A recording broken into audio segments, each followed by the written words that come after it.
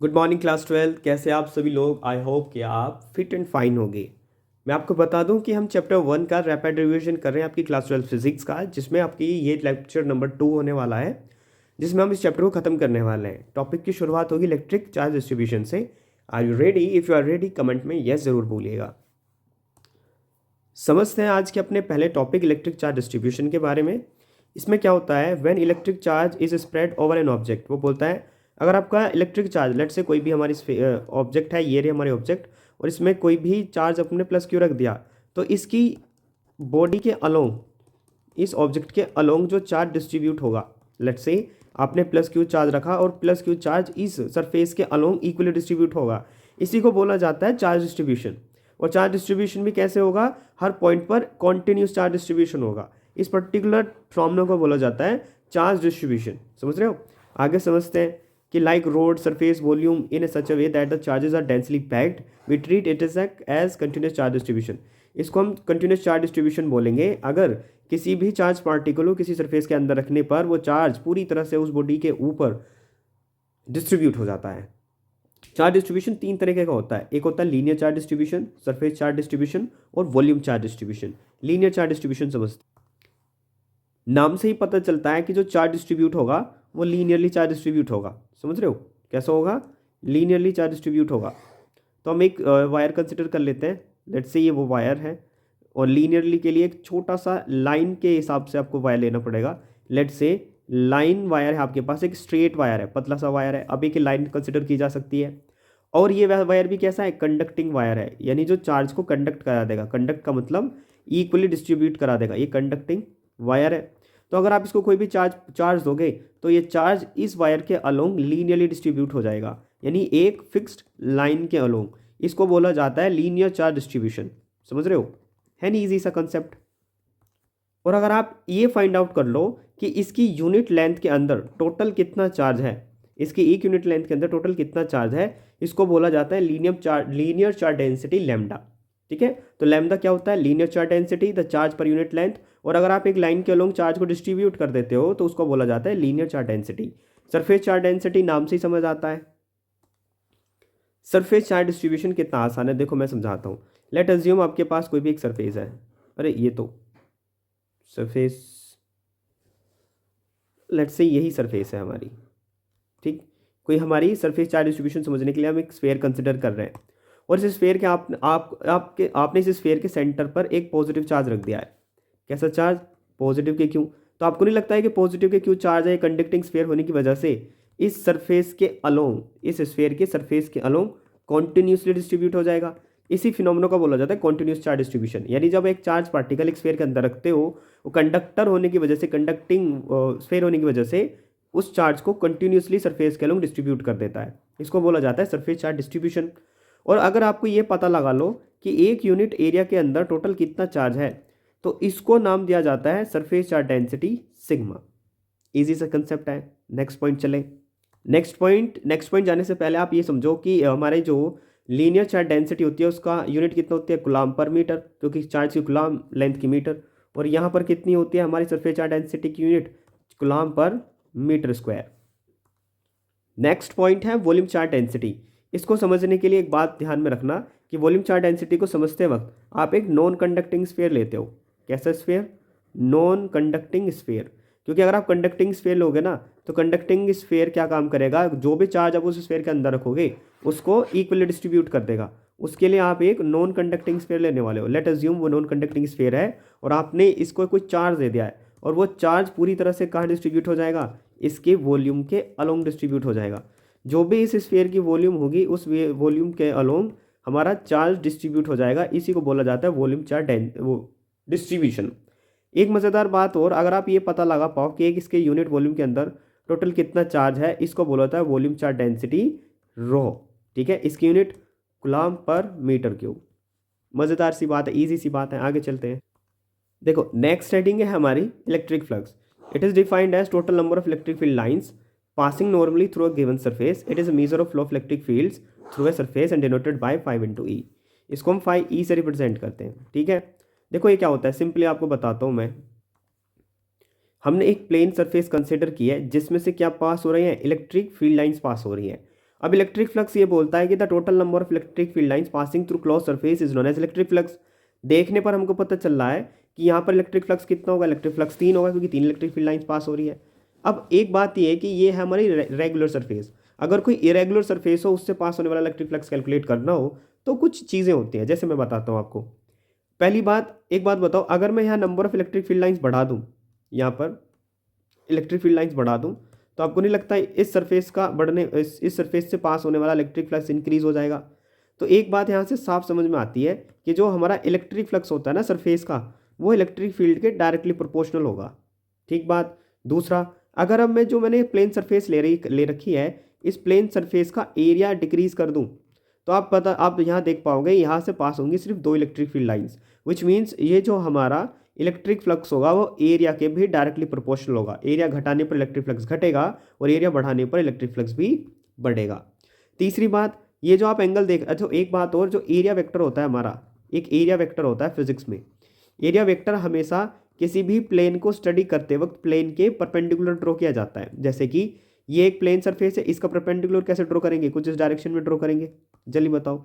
ये होगा हमारा, लेट से यहाँ पर देखते हैं, यहाँ पर ये होगा हमारा एरिया वेक्टर डी ए। इस प्लेन सरफेस के परपेंडिकुलर ड्रॉ आपने क्या कर लिया, एक एरिया वेक्टर ड्रॉ कर लिया है। यही नहीं, चाहे कोई सी भी सरफेस हो, अब इस सरफेस के परपेंडिकुलर क्या ड्रॉ करोगे आप, एक एरिया वेक्टर ड्रॉ करोगे। ठीक है, तो ये होगा परपेंडिकुलर यहाँ पर, और ये क्या होगा, इस प्लेन सरफेस का एरिया वेक्टर। प्लेन सरफेस का एरिया वेक्टर हमेशा सरफेस के परपेंडिकुलर और आउटवर्ड डायरेक्शन में लिया जाता है। इतना समझ में आया नहीं यही? चलो आगे चलें। अब देखो ये जो एंगल है, इस एंगल को हम बोलेंगे थीटा, जो कि इलेक्ट्रिक फील्ड और एरिया वेक्टर के बीच में बन रहा है। इसका मतलब इलेक्ट्रिक फील्ड थीटा पर डिपेंड करती है। देखो कैसे डिपेंड करती है, अभी बताते हैं। पहली बात, ये जो हमारा लेट से कोई इलेक्ट्रिक फील्ड लाइंस ऐसे है, ये इलेक्ट्रिक फील्ड लाइंस होगी और हमने जो सरफेस रखी है वो कुछ इस तरीके से रख दी है। यानी अब एक बात देखोगे कि जो एरिया वेक्टर है ये इलेक्ट्रिक फील्ड है और एरिया वेक्टर सरफेस का इस डायरेक्शन में होगा, यानी इलेक्ट्रिक फील्ड और एरिया वेक्टर के बीच में एंगल 90 डिग्री होगा। ठीक है, और अब 90 डिग्री एंगल पर एक भी इलेक्ट्रिक फील्ड लाइंस पास नहीं हो रही, तो इलेक्ट्रिक फ्लक्स कितना है, 0 है। तो आपको एक ऐसा एक फिनोमेना ढूंढना है जहां पर, माफ कीजिएगा, आपको एक ऐसा एंगल ढूंढना है ट्रिग्नोमेट्री रेशियोज के अंदर जिसमें 90 थीटा होने पर हमारा रिजल्टेंट 0 डिग्री आ जाए। जल्दी बताओ क्या है। ऐसे तो ये कि हमारा कॉस थीटा, यानी जो आपका माफ कीजिएगा, जो आपका इलेक्ट्रिक फ्लक्स होगा वो 3 चीज़ के डायरेक्टली प्रोपोर्शनल होगा। पहला इलेक्ट्रिक फील्ड, दूसरा एरिया वेक्टर, और तीसरा होगा हमारा एंगल बिटवीन देम। इन तीनों को कंबाइन करते हैं तो कंबाइन करके क्या आता है आपका, ई ए कॉस थीटा। ये हमारा इलेक्ट्रिक फील्ड का फॉर्मूला होता है।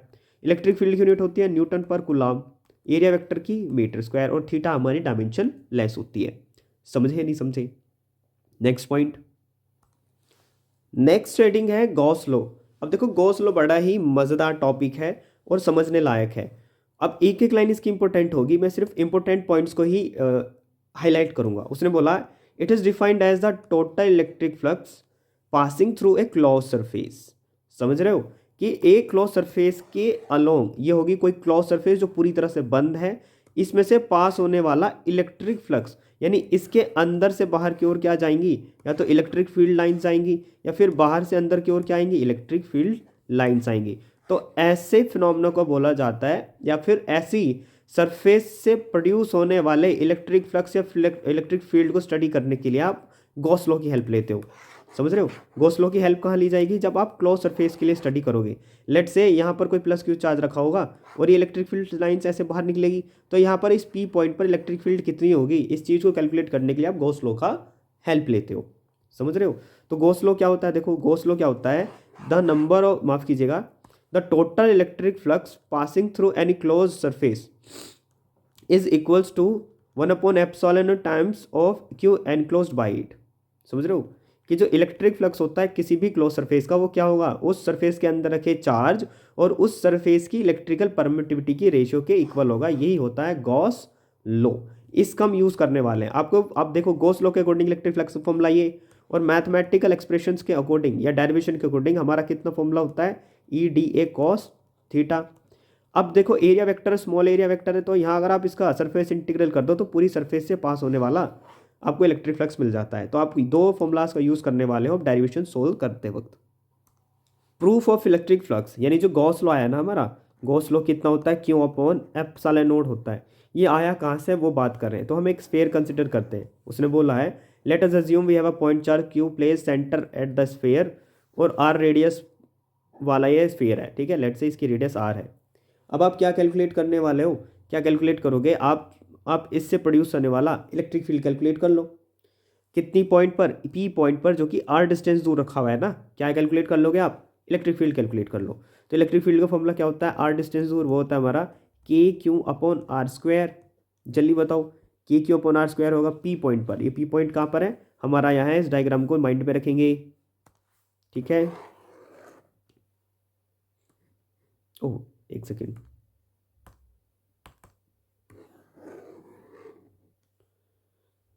आ क्यों नहीं रहा है, अब आएगा। ऊपर चलो ऊपर चलो ऊपर चलो, ठीक है। एक सेकेंड थोड़ा वेट कीजिएगा। देखो अब देखो स्टडी करते हैं। अब क्या होगा, क्योंकि इलेक्ट्रिक, हाँ एक और मज़ेदार बात। अब देखो ये प्लस क्यू चार्ज की वजह से प्रोड्यूस होने वाली इलेक्ट्रिक फील्ड हर पॉइंट पर कितनी दूर होगी, आर डिस्टेंस दूर होगी, आर डिस्टेंस दूर होगी, आर डिस्टेंस दूर, आर डिस्टेंस दूर, क्योंकि पी पॉइंट कितनी दूर है, आर डिस्टेंस दूर है। यानी हर पॉइंट पर जो इलेक्ट्रिक फील्ड होगी वो कांस्टेंट होगी। क्या होगी, इलेक्ट्रिक फील्ड कांस्टेंट होगी। तो अब आप क्या फॉर्मूला लगाने वाले हो, इलेक्ट्रिक फ्लक्स का फॉर्मूला लगाने वाले हो। इलेक्ट्रिक फ्लक्स क्या होती है हमारा, E into D A cos theta होता है। मैंने बोला था जो एरिया वेक्टर होगा वो हमेशा प्लेन के परपेंडिकुलर आउटवर्ड डायरेक्शन में ले जाएगा। तो एरिया वेक्टर की डायरेक्शन यही है और इलेक्ट्रिक फील्ड की डायरेक्शन भी यही है। तो एरिया वेक्टर और इलेक्ट्रिक फील्ड के बीच में एंगल कितना बनेगा, थीटा बनेगा आपका 0 डिग्री। तो कितना बनेगा electric flux, E into D A, माफ़ कीजिएगा एरिया ले लो। अब यहाँ पर आप सरफेस इंटीग्रल नहीं करते इसका, आप एरिया ले लो। क्या करोगे, इंटीग्रल लेने दो, एरिया ले लो सीधा। यहाँ पर ए, यहाँ भी आप क्या ले लो, ए ले लो, ठीक है। अब एक बात बताओ, सरफेस एरिया क्या होता है स्फेयर का, सरफेस एरिया क्या होता है स्फेयर का, सरफेस एरिया होता है हमारा E into 4 pi R square. और हमारा इलेक्ट्रिक फ्लक्स क्या होता है गॉस लॉ के अकॉर्डिंग, वो होता है हमारा Q enclose divided by epsilon naught. तो इलेक्ट्रिक फील्ड कितनी आएगी, आर पॉइंट दूर वो आएगी Q enclosed divided by 4 pi R square epsilon naught. तो कितनी बनेगी भाई, देखो कितना बनेगा, 1/4 pi epsilon naught into Q enclosed divided by R square. अरे आपको इलेक्ट्रिक फील्ड थोड़ी कैलकुलेट करनी थी।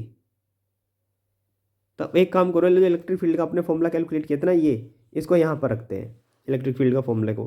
तो कितने इलेक्ट्रिक फील्ड का फॉर्मूला कितना आएगा, इलेक्ट्रिक फील्ड फॉर्मूला आएगा 1/4 pi epsilon naught into Q upon R square. यही कैलकुलेट करा था, ठीक है। और ये क्या है आपका, एक सेकेंड यार थोड़ा गड़बड़ हो गया यहाँ पर कहाँ क्या करना था और कहाँ चले गए।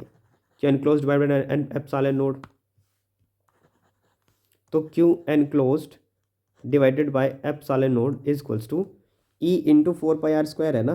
तो एक काम कीजिएगा आप, ये इलेक्ट्रिक फ्लक्स का फॉर्मूला चल रहा है, ध्यान रखना।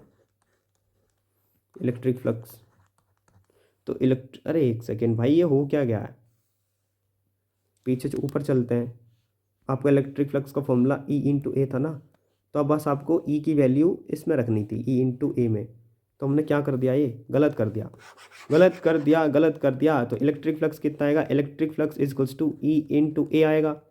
अब ई की वैल्यू रखते हैं इसमें ठाके, ई की वैल्यू है के क्यू अपॉन आर स्क्वायर, या के की वैल्यू रखेंगे 1/4 पाई एप्सिलॉन नोट इंटू 1/आर स्क्वायर इंटू एरिया वेक्टर कितना होता है स्फेयर का, 4 पाई आर स्क्वायर से आर स्क्वायर कैंसिल, 4 पाई से 4 पाई कैंसिल। और एक और बात, ऊपर क्यू भी चल रहा है, यहाँ पर क्यू भी है इलेक्ट्रिक फील्ड के फॉर्मूले में। तो यहाँ पर क्या आएगा क्यू, तो कितना आएगा इलेक्ट्रिक फ्लक्स, हमारा इलेक्ट्रिक फ्लक्स आएगा क्यू अपॉन एप्सिलॉन नोट। ये हो गया हमारा गॉस लॉ प्रूफ, समझ गए।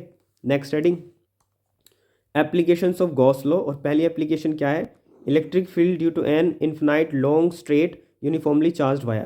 यानी अब आपके पास क्या है, एक वायर है जो इन्फिनाइट लेंथ का है, ठीक है। हम क्या कंसिडर करेंगे, देखो मैं बताता हूँ इन्फिनाइट लेंथ का क्या मतलब है यहाँ। देखो पहली बात, ये कोई वायर है जो यूनिफॉर्मली चार्ज डिस्ट्रीब्यूटेड है, जिसके ऊपर चार्ज यूनिफॉर्मली डिस्ट्रीब्यूटेड है। लेट्स से इसके ऊपर पॉजिटिवली चार्ज डिस्ट्रीब्यूटेड है, और इससे आप आर पॉइंट दूर पर क्या कैलकुलेट करना चाह रहे हो, इलेक्ट्रिक फील्ड कैलकुलेट करना चाह रहे हो इस पी पॉइंट पर। अब देखो ये जो आर है ना, आर ये काफ़ी छोटा है लेंथ एल से, तो इस एल को क्या कंसिडर कर लिया जाता है, इन्फिनिटी कंसिडर कर लिया जाता है इसके सामने। है तो ये वायर की लेंथ एल ही, ठीक है। एक और बात, गॉस लॉ ने बोला था कि जो किसी भी सरफेस से पास होने वाला इलेक्ट्रिक फ्लक्स होगा वो उस क्लोज सरफेस के अंदर रखे total charge divided by epsilon note होगा। फिर से ध्यान दोगे, उस सरफेस के, बस देखो ये क्या हुआ है, ध्यान से समझो, उस सरफेस के अंदर रखे टोटल चार्ज। अब तो ये जो पी पॉइंट है यहाँ पर, ये तो इस चार्ज के बाहर है, तो इस पी पॉइंट पे कुछ ऐसी सरफेसेस ड्रॉ करनी पड़ेगी जिसकी वजह से ये चार्ज इसके अंदर आ जाए, तभी तो आप गॉस लॉ को स्टडी कर पाओगे। तो आप क्या ड्रॉ करोगे, यहाँ एक गॉसियन सरफेस कंसिडर करोगे। लेट अज्यूम एक सिलेंड्रिकल हमने गॉसियन सरफेस कंसिडर कर लिया, ये वाली गॉसियन सरफेस स्टडी करने के लिए, समझ रहे हो। और ये कंसिडर करनी पड़ेगी आपको, क्योंकि पी पॉइंट, यहाँ पर पी पॉइंट है और ये जो चार्ज है इस सरफेस के अंदर होना चाहिए। क्यों, एनक्लोज्ड होना चाहिए, तभी आप स्टडी कर पाओगे, समझ रहे हो। अब देखो, अब देखना क्या है, पी पॉइंट के लिए आप इलेक्ट्रिक फील्ड कैलकुलेट करना चाह रहे हो, तो पी पॉइंट पर आप एक स्मॉल एरिया एलिमेंट लोगे जो कि परपेंडिकुलर होगा इस प्लेन के, गॉसियन सरफेस के। तो लेट अज्यूम ये है एरिया वेक्टर डी ए। अब इलेक्ट्रिक फील्ड की डायरेक्शन भी इधर की रहेगी, एक इधर की ओर रहेगी, क्योंकि प्लस चार्ज यहाँ भी तो डिस्ट्रीब्यूट होगा, एक साइड थोड़ी होगा, कंडक्टिंग वायर है, दोनों साइड होगा। तो इलेक्ट्रिक फील्ड की डायरेक्शन ही इलेक्ट्रिक फील्ड की डायरेक्शन ही है, तो हम बोलेंगे इलेक्ट्रिक फील्ड की डायरेक्शन भी एरिया वेक्टर की डायरेक्शन में है। तो एरिया वेक्टर और डी ए वेक्टर में एंगल कितना आ जाएगा, देखो कितना आएगा, 0 डिग्री आएगा, ठीक है। अब एक बात बताओ, जो हमारा इलेक्ट्रिक फ्लक्स का फॉर्मूला होता है, इंटीग्रल फॉर्म में, वो कितना होता है, ई डी ए कॉस थीटा, और थीटा की वैल्यू कितनी आपकी, थीटा की वैल्यू है आपकी 0 डिग्री, तो कोस 0 की वैल्यू होती है 1, तो इसे लिखने का कोई फायदा है नहीं, ठीक है। आगे चलते हैं। इलेक्ट्रिक फील्ड हमारी हर पॉइंट पर कांस्टेंट रहेगी, क्योंकि दोनों पॉइंट कितनी दूर हो गए, आर पॉइंट पर है, यहाँ पर भी इलेक्ट्रिक फील्ड कांस्टेंट है, यहाँ पर भी और यहाँ पर भी। तो इलेक्ट्रिक फील्ड कांस्टेंट है, तो इलेक्ट्रिक फील्ड को बाहर रखेंगे, अंदर क्या बचेगा आपका, एरिया वेक्टर का इंटीग्रल बचेगा।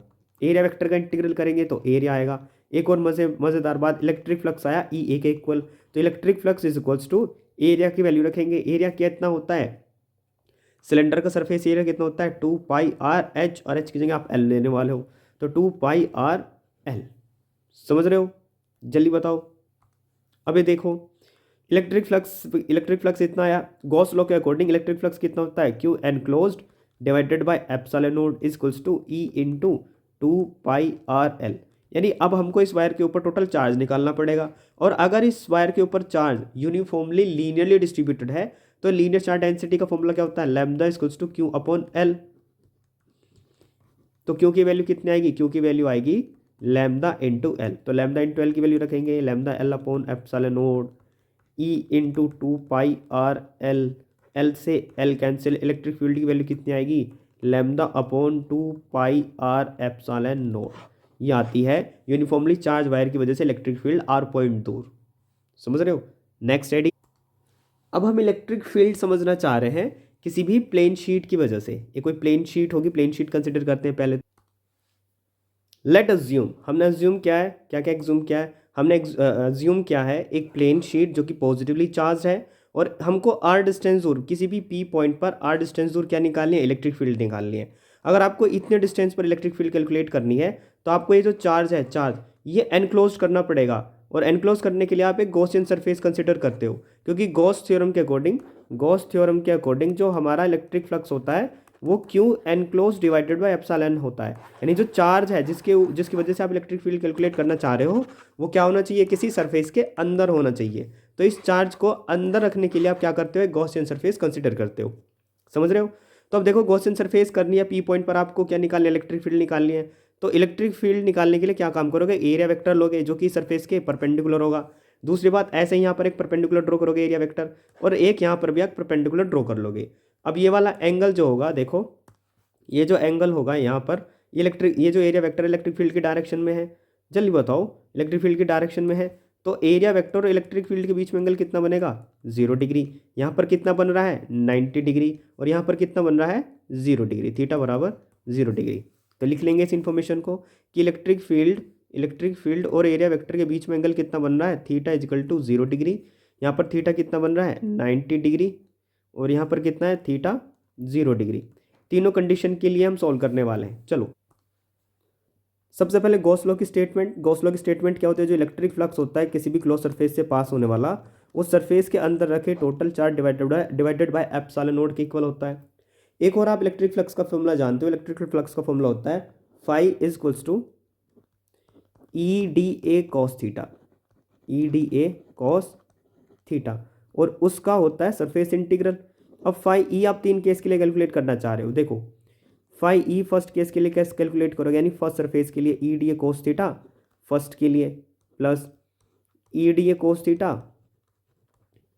सेकेंड सरफेस के लिए, प्लस तीसरे सरफेस के लिए सरफेस इंटीग्रल लगाओगे ई डी ए कोस थीटा, ये थर्ड के लिए। अब देखो थर्ड के लिए थीटा की वैल्यू है 90 डिग्री और कोस 90 की वैल्यू होती है 0, तो ये तो खत्म हुआ, बचते हैं ये दो, ये थीटा 0 डिग्री, ये थीटा 0 डिग्री, देख लो चाहिए ये 0 डिग्री ये रहा, ये 0 डिग्री ये रहा, तो दोनों का कोस 0 बना जाएगा। तो कितना बनेगा? Surface integral E into surface integral D A plus E into surface integral D A, है नहीं मज़ेदार बात? तो इलेक्ट्रिक फ्लक्स कितना आएगा आपका? टोटल इलेक्ट्रिक फ्लक्स इसका इंटीग्रल होने के बाद ई ए प्लस के ई ए, तो कितना बनेगा?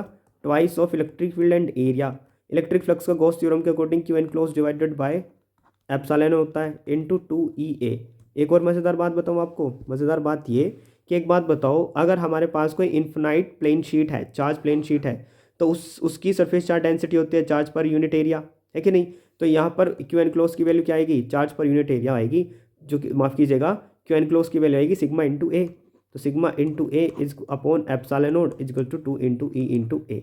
आपको इलेक्ट्रिक फील्ड कैलकुलेट करनी थी किसी भी पॉइंट पर, तो इलेक्ट्रिक फील्ड का फॉर्मूला कितना आएगा? ए से ए कटने के बाद sigma upon 2 epsilon nought, plane sheet के लिए इलेक्ट्रिक फील्ड का formula. Next heading, electric field due to uniformly charge thin spherical shells. अब आप एक स्फेरिकल शेल कंसिडर करने वाले हो और उसके तीन केस के लिए क्या कैलकुलेट करने वाले हो? तीन केस के लिए इलेक्ट्रिक फील्ड कैलकुलेट करने वाले हो, जिसमें पहला केस क्या रहने वाला है? जो आर डिस्टेंस है, माफ़ कीजिएगा, जो आर डिस्टेंस है वो कैपिटल आर से ज़्यादा है। तो कैसे? इसका एक डायग्राम ड्रॉ करते हैं। स्फेरिकल शेल कंसिडर की, जिसके सेंटर पर आप जैसे ही प्लस क्यू चार्ज रखोगे, ये plus Q charge uniformly distribute हो जाएगा सरफेस के अलोंग, क्योंकि कंडक्टिंग सरफेस है।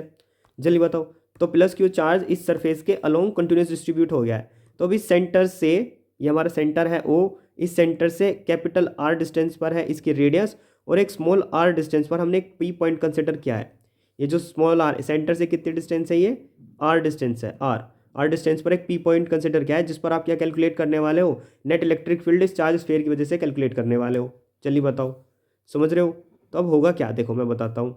इस पी पॉइंट पर एक आपको गॉसियन सरफेस कंसिडर करनी पड़ेगी, क्योंकि अगर चार्ज इस स्फीयर के अंदर होगा तभी आप गॉस थ्योरम लगा पाओगे।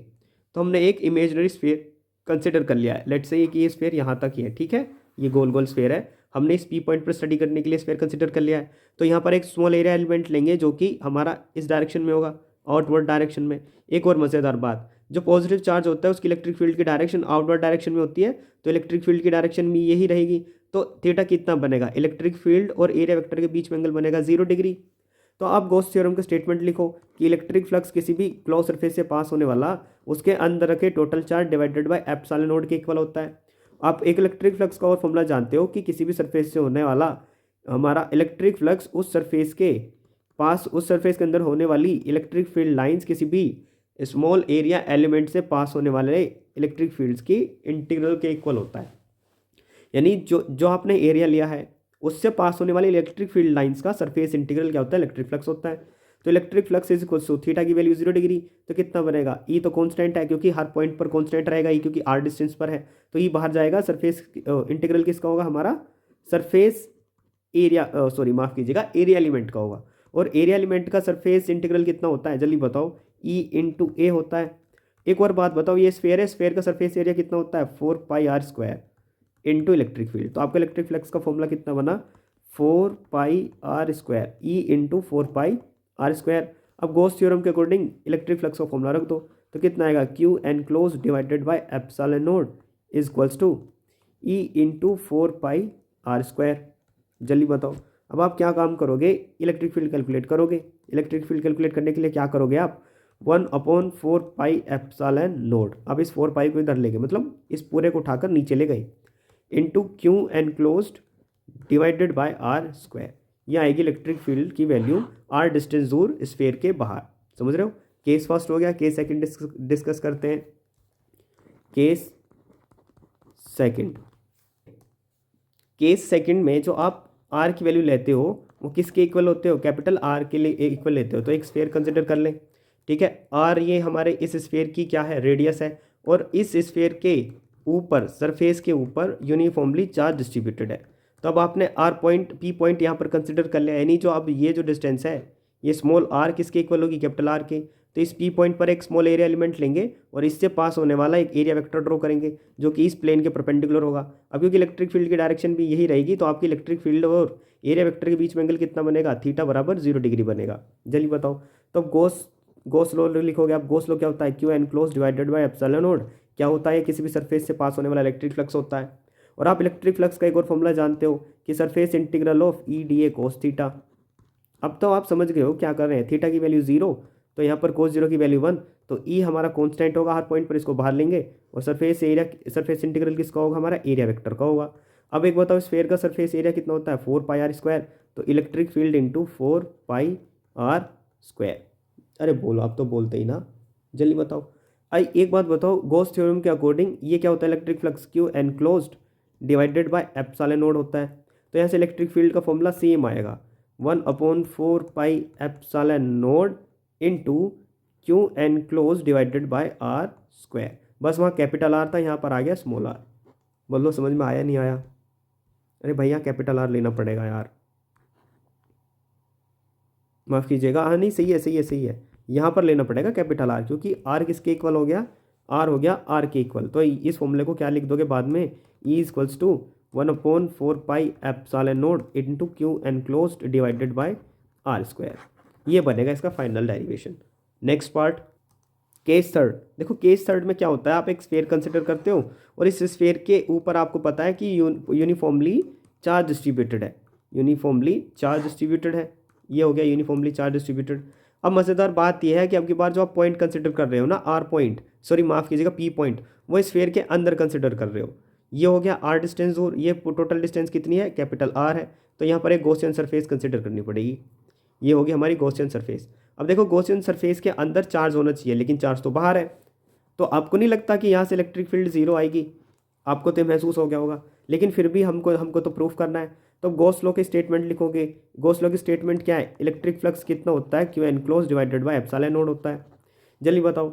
और सरफेस माफ़ कीजिएगा, इलेक्ट्रिक फ्लक्स का फॉर्मूला इंटीग्रल फॉर्म में क्या होता है, ई डी ए कॉस थीटा होता है। तो जहाँ पर आप कंसिडर कर रहे हो, इलेक्ट्रिक फील्ड कैलकुलेट करना चाहते हो, वहाँ एरिया वेक्टर ड्रॉ करेंगे और यही इलेक्ट्रिक फील्ड की डायरेक्शन है। तो इन दोनों में एंगल कितना होगा, 0 डिग्री। तो कोस 0 की वैल्यू 1, तो surface integral E D A आ जाएगा। ई कॉन्स्टेंट होगा हर पॉइंट पर, तो ई बाहर, और एरिया का सरफेस इंटीग्रल होगा एरिया, ठीक है। तो फाई ई की वैल्यू आई ई इंटू ए के इक्वल। एक बात बताओ, इलेक्ट्रिक फ्लक्स का फॉर्मूला गॉस थ्योरम के हेल्प से क्या होता है, Q enclose divided by epsilon naught into E into A. अब एक बात बताओ, इस स्फीयर के अंदर टोटल कितना चार्ज है, देख के बताओ। इस स्फीयर के बाहर चार्ज है ना कि अंदर, तो क्यों 0 हुआ, तो इलेक्ट्रिक फील्ड कितनी आएगी, 0। केस थर्ड में इलेक्ट्रिक फील्ड 0 आती है। और ये हमारे चैप्टर का लास्ट टॉपिक था, ये हमने डिस्कस कर लिया है।